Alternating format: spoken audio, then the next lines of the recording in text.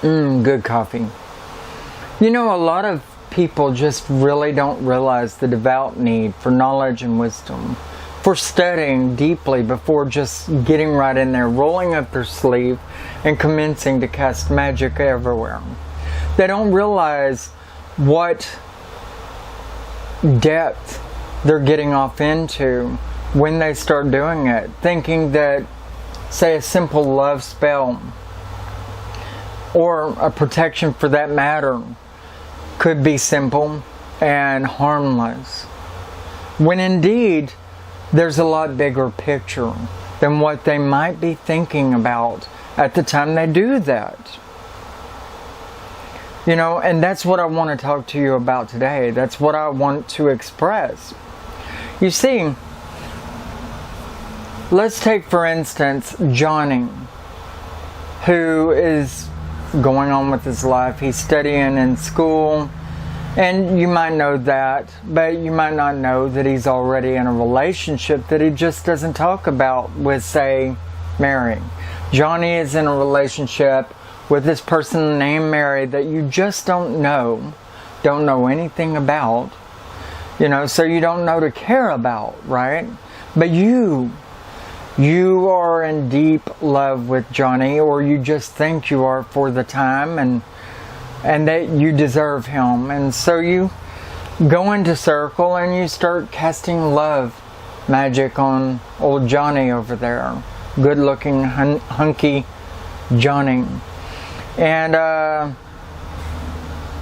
you make him start deeply loving you. Or he thinks he does. You know? And then you change your mind and you go about your life. You do something to where you think you even, you know, got rid of the spell even. Let's say that. Even though you might not have at all. You know, but he can't understand why he has these feelings for you and why he wants to cheat on Mary, and it makes him more distraught inside, very turmoiled. So much that he feels dirty inside of himself. And he commits suicide. Or let's say you do still want him and he comes around to you. You know, you didn't get on with your life and forget about him. And you get with Johnny and he still can't figure out why he wants you so bad. Or maybe he's not even thinking about you, you know, in a bad way. You know, he's not even trying to reason out why he's in love with you or whatever. But he dumps poor Mary that you didn't know about, right? And Mary, she goes out on the road crying and sobbing after he breaks up with her, and she gets into a car wreck because she didn't realize that she couldn't see straight, and the tears got the better of her, and she got into this car accident that killed her or left her paralyzed forever. I mean, either of these scenarios, I mean, your magic has weighed in and has had an impact on this world forever. I mean, you don't know what fate Mary was to fulfill for this world, or Johnny in the first scenario. But what about the third scenario where Mary takes her life on purpose? You know, it may be a domino effect. What if Mary's death, because of what you've done, causes an accident in her family's life after Mary's dead and gone? You know, these things can weigh on in ways that you would never imagine, because magic is not an exact science.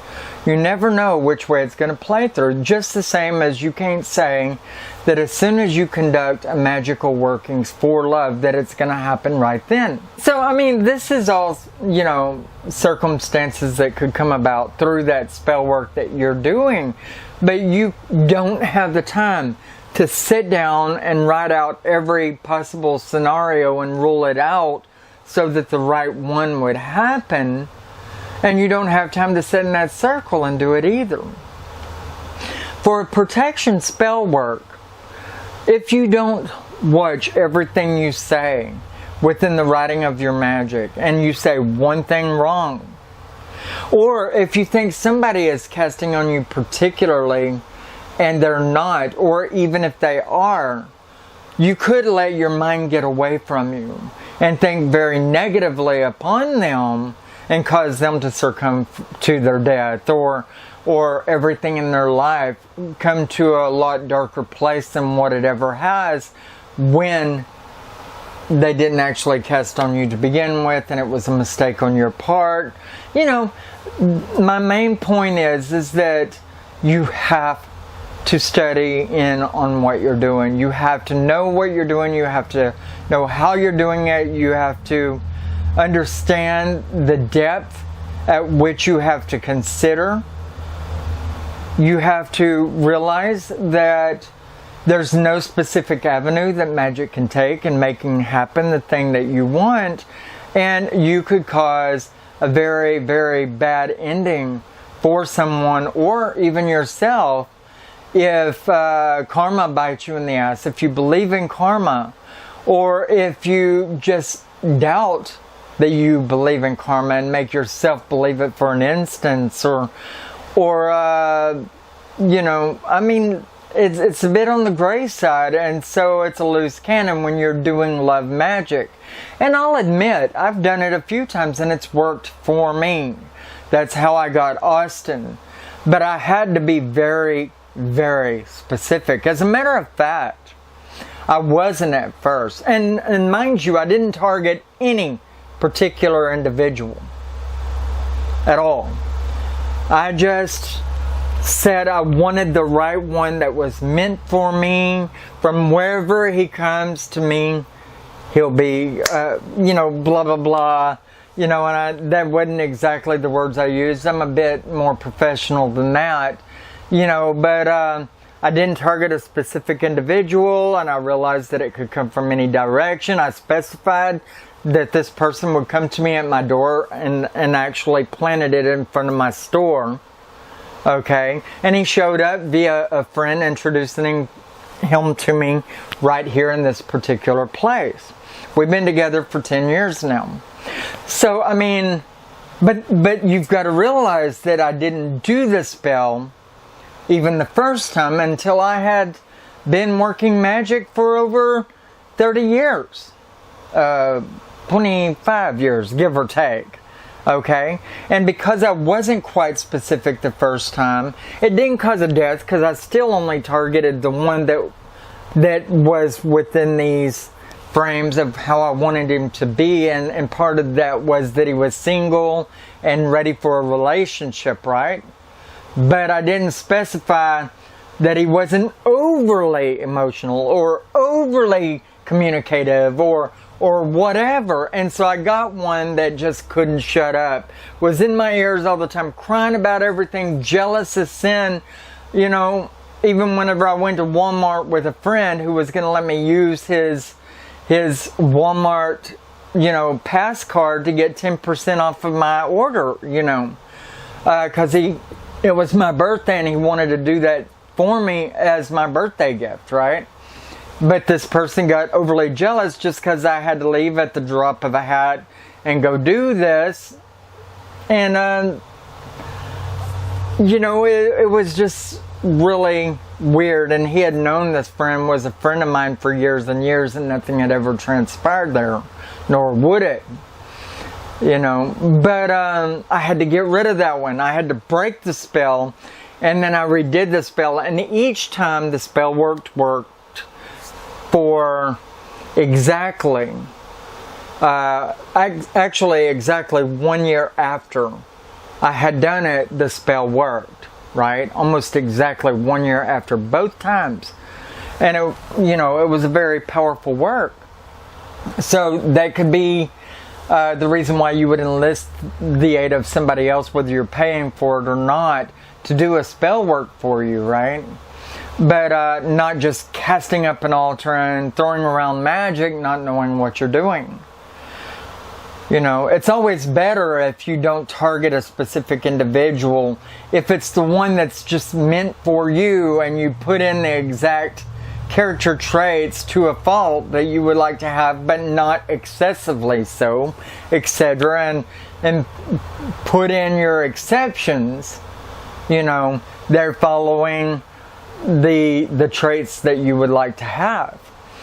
You know, but this comes from experience, people. It really does. And I'm hearing of very specific cases being conveyed over to me by people as to how they've done this spell, and I'd ask them, did you no? Did you make sure? No. I mean, and I'm like, okay, you know, let's straighten this shit out now, okay? Let's just deal with this, because you're in for some trouble. And there's a way of scrolling things back if they haven't kicked in yet. Of course, you don't know when it's kicking in, or, you know, but you could try to fix it before it starts, possibly. You know, this is very important.